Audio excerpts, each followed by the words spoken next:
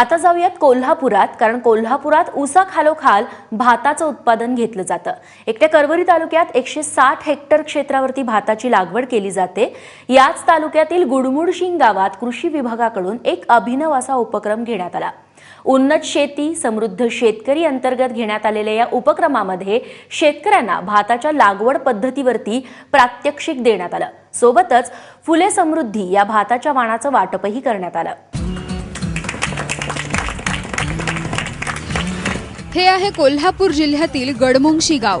या गावात 40 हेक्टर क्षेत्रावर भाताचं पीक घेतलं जातं।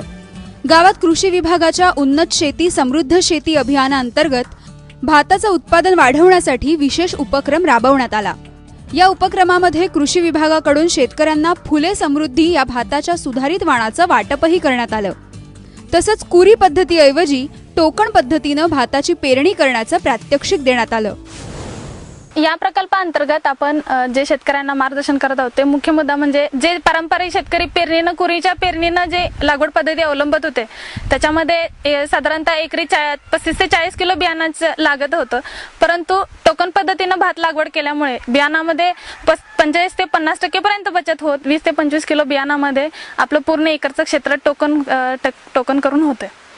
तर याच्यामध्ये जे टोकनचे त्याच्यामध्ये 2 ओळीतलं अंतर हे टोकन पद्धतीनं 2 ओळीतलं अंतर हे 25 सेंटीमीटर आणि 2 रोपातील अंतर हे 15 सेंटीमीटर वरती आपण मार्गदर्शन केलेलं आहे। त्याच्याप्रमाणे शेतकऱ्यांनी टोकन करून घेतलेले आहे। भाताची पेरणी 25 बाय 15 सेंटीमीटरवर टोकन पद्धतीनं करता येते।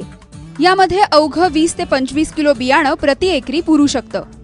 भाताच्या चांगल्या उत्पादनासाठी पेरणीआधी बियाणांवर बीज प्रक्रिया करणंही गरजेचं आहे। त्यासाठी कोणत्या रसायनांचा वापर करायचा पाहूयात। रासायनिक खतांच्या पूर्वी जे शेणखत हे सुद्धा भरपूर जमिनीमध्ये जावं।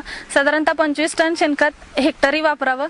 सुरुवातीला रासायनिक बीज प्रक्रिया करताना 4 ग्राम थायरम प्रति 10 किलो प्रति किलो बियाणाला म्हणजे 40 ग्राम थायरम प्रति 10 किलो बियाणासाठी त्याला चोळणं अपेक्षित आहे। आणि त्यानंतर जैविक बीज प्रक्रियेमध्ये 10 किलो बियाणासाठी 250 ग्राम ॲझोटोबॅक्टर आणि 250 ग्राम पीएसबी अशा पद्धतीनं जैविकचं बीज प्रक्रिया केली पाहिजे। आणि यानंतर हे बियाणं सावलीमध्ये सुकवून त्यानंतर टोकन करण्यासाठी वापरलं तरी चालेल।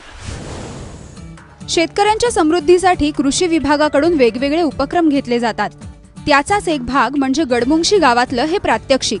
गावातील महिला शेतकरी बेबीताई राशिवडे यांनी आपल्या अर्धा एकर शेतात प्रथमच भाताची टोकन पद्धतीनं पेरणी केली आहे।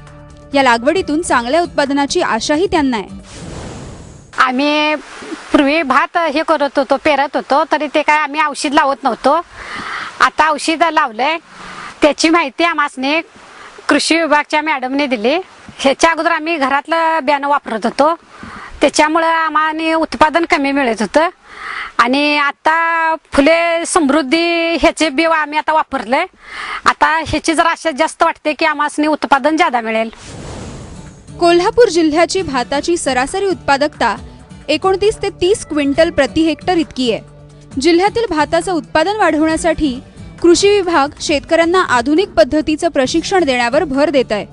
पेरणीआधी बीज प्रक्रिया टोकन पद्धतीने लागवड अशा बाबींचा अवलंब केल्यास भाताच्या उत्पादनात नक्कीच वाढ होऊ शकते। चंद्रशेखर खोलेसह ब्युरो रिपोर्ट एबीपी माझा कोल्हापूर।